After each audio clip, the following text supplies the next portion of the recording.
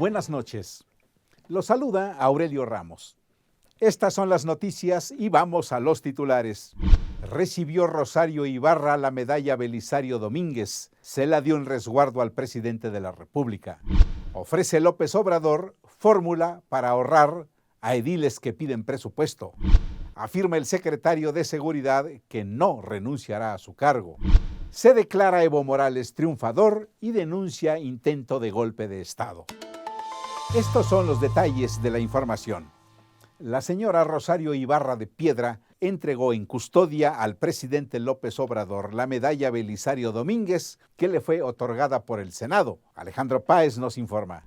Con la presencia del presidente de la República, Andrés Manuel López Obrador, el presidente de la Suprema Corte de Justicia, Arturo Saldívar, y la jefa de gobierno de la Ciudad de México, Claudia Sheinbaum, el Senado de la República entregó la medalla Belisario Domínguez a la activista Rosario Ibarra de Piedra por su lucha en favor de los derechos humanos, sociales, políticos y democráticos en el país. La presea fue recibida por su hija Rosario Ibarra Piedra, mientras que su otra hija Claudia ofreció un mensaje ante los senadores de parte de su madre, donde devolvió en custodia el galardón al presidente López Obrador para que lo regrese cuando su gobierno encuentre y entregue a sus familiares a todas las personas desaparecidas por parte de autoridades gubernamentales. No quiero que mi lucha quede inconclusa, es por eso que dejo en tus manos la custodia a tan preciado reconocimiento y te pido que lo devuelvas junto con la verdad sobre el paradero de nuestros queridos y añorados hijos y familiares, expuso Ibarra de Piedra al mandatario a través de la misiva. En entrevista posterior, López Obrador se comprometió a cumplir esa encomienda y hacer todo lo que humanamente sea posible para dar con los desaparecidos. Sabré cumplir con su encomienda, dijo, sabré estar a la altura de las circunstancias. Poco antes, en la máxima tribuna del Senado, Claudia Ibarra Piedra leyó el discurso de su madre, Rosario Ibarra, donde relata las vicisitudes que han pasado a lo largo de 40 años desde que su hijo Jesús Piedra Ibarra fue sujeto de desaparición forzada por razones políticas el 18 de abril de 1975 y quien la llevó a formar el Comité Eureka, integrado por padres y familiares de decenas de desaparecidos en esa misma época. Fue ahí donde aprovechó para hacer un reclamo al gobierno de López Obrador, a quien reprochó que, contrario a lo que pensaban, se mantienen las burlas y el escarnio de algunos funcionarios de su gobierno hacia el movimiento de quienes buscan el paradero de sus hijos o familiares por varias décadas. A través de esa misiva, Ibarra de Piedra pidió al presidente no permitir que la violencia y la perversidad de los gobiernos anteriores siga acechando y actuando desde las tinieblas de la ignominia y la impunidad. Para Crónica TV, Alejandro Páez.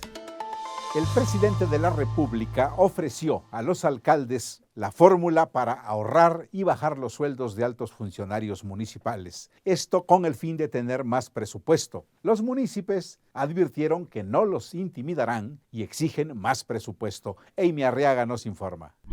Una fórmula para ahorrar y bajar los sueldos de altos funcionarios municipales con el fin de tener más presupuesto ofreció el presidente Andrés Manuel López Obrador a los alcaldes que el martes protestaron afuera del Palacio Nacional y fueron dispersados por agentes de seguridad. Tras afirmar que se acabaron las concertaciones, acuerdos en oscurito y sobornos, externó que la ayuda que puede brindar su gobierno es la fórmula del ahorro, la reducción del salario de ediles y regidores, además del combate a la corrupción y la abstención de gastos de lujo como viajes y autos.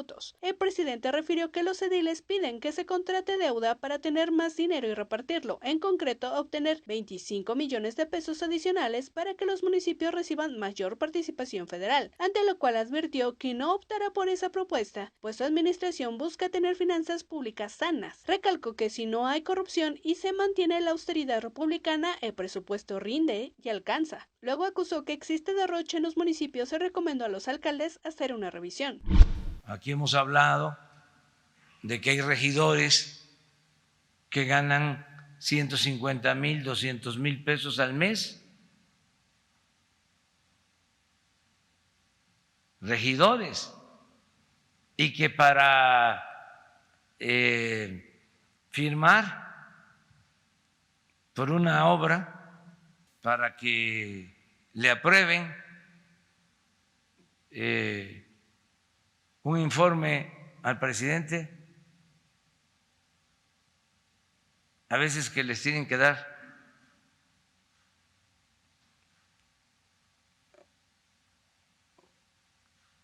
dinero adicional. López Obrador descartó el recorte de 5,000 millones de pesos en la asignación de recursos federales a los municipios para 2020, denunciado por los alcaldes. Afirmó que se les entregará lo que establece la Ley de Coordinación Fiscal. También aprovechó para aclarar a los ediles que deben protestar en la Cámara de Diputados porque ahí se aprueba el presupuesto y no en Palacio Nacional, puesto que el Poder Ejecutivo ya envió los proyectos de la Ley de Ingresos y del presupuesto. En cuanto a la protesta de los alcaldes en demanda de recursos y su disolución mediante el uso de gas lacrimógeno, lamentó que el grupo intentará ingresar por la fuerza al recinto y pidió que los presidentes municipales den buen ejemplo.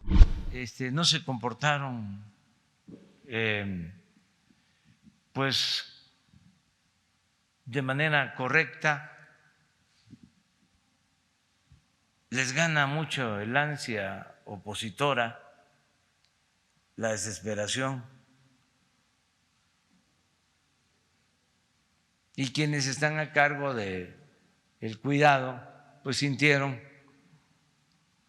de que podían entrar por la fuerza. El mandatario calificó la manifestación como una provocación de los alcaldes panistas y aseguró que mezclaron cuestiones administrativas con un asunto partidista y político. Para Crónica TV, Amy Arriaga. El secretario de Seguridad, Alfonso Durazo, dijo que no renunciará a su cargo como lo pide la oposición. Señaló que puestos como el que ocupa no se buscan ni se renuncia a ellos, solo se asume la responsabilidad que implican. Adelantó que acudirá la próxima semana al Senado para atender con gusto la solicitud de comparecencia ante el Pleno para explicar lo relacionado con el operativo en Culiacán. El Senado acordó la comparecencia de Durazo en una fecha todavía no determinada de la próxima semana. En Bolivia, Evo Morales se declaró ganador de las elecciones presidenciales y tildó de golpe de Estado las denuncias sobre fraude electoral. El presidente de Bolivia, Evo Morales, calificó de golpe de Estado las denuncias de la oposición de fraude electoral y llamó a sus seguidores a mantenerse en estado de emergencia. Está en proceso un golpe de Estado. Aunque quiero decirle, ya sabía anticipadamente, se prepararon la brecha con apoyo internacional para un golpe de Estado. Así lo sentenció el mandatario, quien compareció este miércoles ante los medios en La Paz, tras 2 días de protestas en el país por la sospecha de un fraude electoral a su favor. Morales se vio ya vencedor, mientras el recuento oficial de votos llega casi el 97%, con un 46,4% a su favor y un 37% para el opositor Carlos Mesa. Este porcentaje situó al mandatario boliviano a solo un 0,52% de votos para evitar una segunda vuelta. El presidente auguró que contará con mayoría parlamentaria a poco de mantenerse los 2/3 con que cuenta ahora y destacó que saca más de 500,000 de votos de ventaja a Mesa. Además, acusó a los opositores de obstaculizar el recuento de votos. Estado de emergencia y movilización pacífica y constitucional para defender la democracia. Evo Morales alertó de que los paros de protesta convocados en algunas regiones del país para esta jornada solo perjudican la economía y los calificó de políticos. La comparecencia del presidente, de solo 9 minutos, no incluyó preguntas de los periodistas. Saludamos a Stephanie Castañeda, quien, como siempre, tiene más información. Adelante, Stephanie. Así es, Aurelio, y en otras noticias, si la Secretaría de Hacienda propuso aumentar el costo de los derechos de uso de agua en el campo, eso se debe corregir. Así dijo el presidente de la República. Se declaró en contra de este aumento, pero aclaró que el incremento es una decisión que están tomando en el Congreso. Reafirmó que en el Ejecutivo no queremos aumentos de impuestos en nada. Reveló que Hacienda le presentó un proyecto de aumento de impuestos y él dio la instrucción de que se debe cumplir con el compromiso de no aumentar impuestos. Agregó que aún dentro de su partido existen criterios diferentes sobre el tema de recaudación fiscal y reafirmó su criterio de que antes de aumentar los impuestos, el gobierno tiene que dar el ejemplo de eficiencia, honestidad y austeridad. La Cámara de Diputados aprobó reformas legales para prohibir la fabricación, comercialización, adquisición y uso de equipos Hammer que bloquean, cancelan o anulan señales de telefonía celular, radiocomunicación o transmisión de datos. Establece sanciones de 12 a 15 años de prisión en casos de instalación, portación, uso y operación de tales equipos. La minuta fue turnada para revisión al Senado. Se trata del artefacto más encontrado cuando se detiene en fragancia a quienes cometen robo de vehículos de carga en carreteras federales. El consumo de la peligrosa droga cristal crece de manera alarmante. Por lo mismo, el gobierno federal lo ha puesto en el centro de la campaña antiadicciones. Preocupa a las autoridades tanto por la fácil adicción como por las secuelas que causa, pero sobre todo porque es de fabricación nacional y se elabora incluso a partir de desechos o sustancias tóxicas. Se trata de una mezcla de químicos, un estimulante que se ha convertido en grave problema en nuestro país. 2 muertos dejó la explosión de un polvorín en la comunidad de San Pedro La Laguna, en Zumpango, Estado de México. El estallido ocurrió al mediodía y causó además 6 heridos, de los cuales 4 varones están graves. Presentan quemaduras de primero y segundo grado en 45% del cuerpo. Otro paciente, un joven de 20 años, está reportado como muy grave, con quemaduras de segundo y tercer grado en 50% del cuerpo. Y una mujer de 53 años de edad presenta quemaduras menores. En el lugar atendió la emergencia personal de urgencias de la localidad, Protección Civil Mexiquense y el Instituto de la Pirotecnia. Ya se realizan peritajes para determinar las causas de la explosión. Ahora vamos con el comentario de Leopoldo Mendívil.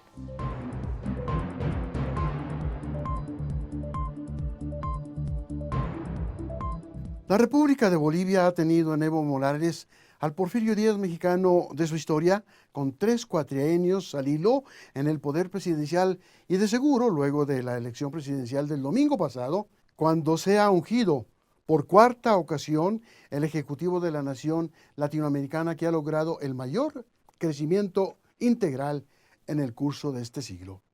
Así las cosas, el socialismo al estilo Evo Morales ha sido la mayor llave de desarrollo de Bolivia, alcanzada a lo largo de su historia, y esto tiene sembrados de preocupación a los gobiernos y los partidos políticos de varios países de nuestro subcontinente latinoamericano, junto, claro, con el coloso estadounidense, por si el ejemplo boliviano fuera copiado en beneficio de muchos hermanos latinoamericanos.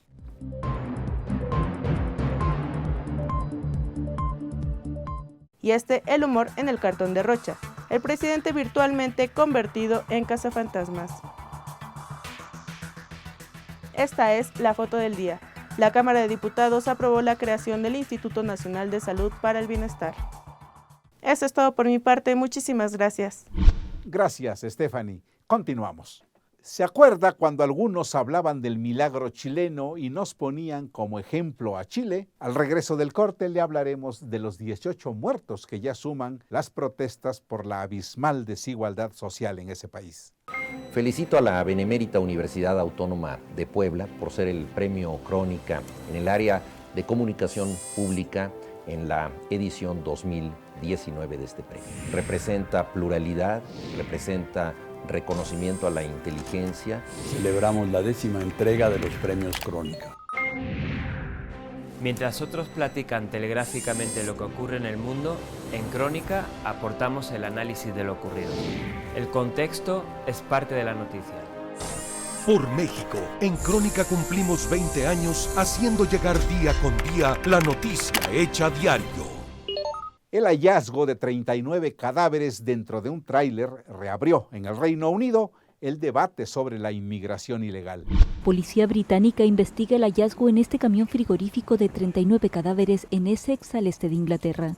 El vehículo procedente de Bulgaria fue encontrado en un polígono industrial de ese condado británico y la tragedia pone de relieve el peligro de las mafias de la inmigración. Por el momento, la policía ha detenido al conductor, un hombre de 25 años de Irlanda del Norte, como sospechoso de asesinato y trata de esclarecer las circunstancias que rodean al trágico fallecimiento de los 38 adultos y un adolescente.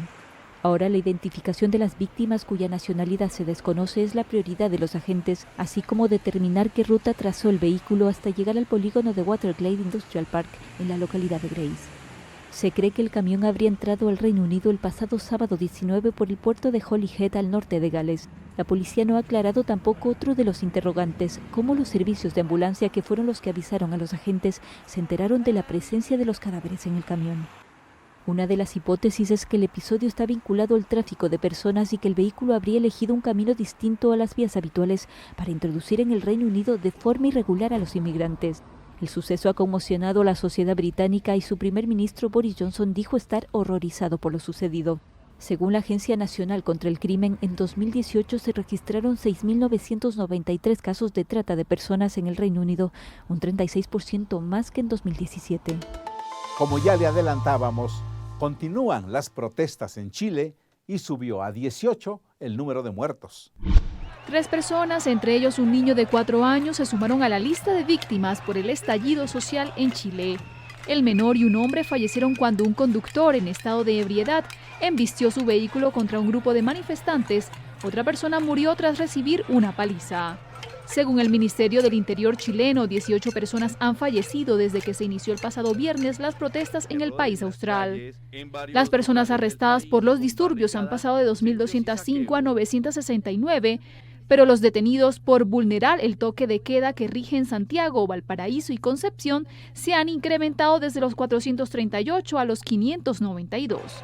Respecto a los heridos en los enfrentamientos entre manifestantes y fuerza del Estado, el recuento del Ejecutivo sobre el martes da cuenta de 95 militares y policías lesionados y 102 civiles. En contraposición a las cifras oficiales, el Instituto Nacional de Derechos Humanos, que trabaja a diario en las calles de todo Chile para dar fe de las situaciones que viven durante las protestas, contabilizó desde el pasado jueves un total de 1.894 detenidos. El cofundador de Facebook, Mark Zuckerberg, admitió errores y apeló al patriotismo ante el Congreso de los Estados Unidos. El cofundador de Facebook, Mark Zuckerberg, apeló al patriotismo ante los legisladores del Comité de Servicios Financieros de la Cámara de Representantes estadounidense, al asegurar que su controvertido proyecto de criptomoneda Libra servirá para ampliar el liderazgo financiero de Estados Unidos. No obstante, en ese mismo lugar reconoció los problemas de credibilidad de su empresa en los últimos años. Now, I believe that this is something that needs to get built, but I get that I'm not the ideal messenger for this right now. We faced a lot of issues over the past few years, and I'm sure there are a lot of people who wish it were anyone but Facebook who were helping to propose this. Zuckerberg se refería así a los recientes escándalos asociados a la compañía por su mala gestión de la privacidad de sus usuarios y el uso de la plataforma por parte de actores extranjeros como Rusia para tratar de interferir en las elecciones de Estados Unidos. Precisamente esta semana la red social presentó una serie de cambios para intentar evitar campañas de desinformación e identificar mejor nuevas amenazas, cerrar vulnerabilidades y reducir la propagación de información errónea, viral y cuentas falsas.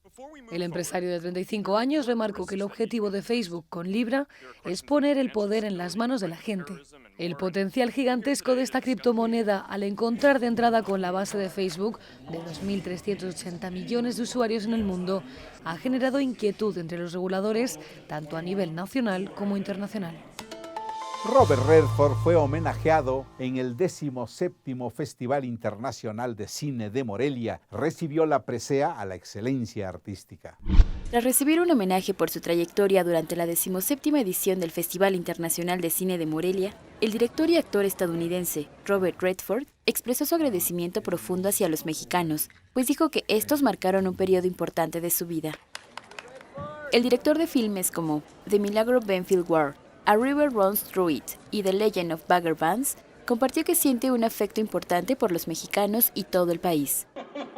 Durante una ceremonia se proyectó una semblanza con lo más relevante de su trayectoria fílmica, mismo que fue musicalizado con el tema Raindrops Keep Falling on My Head, de V.J. Thomas.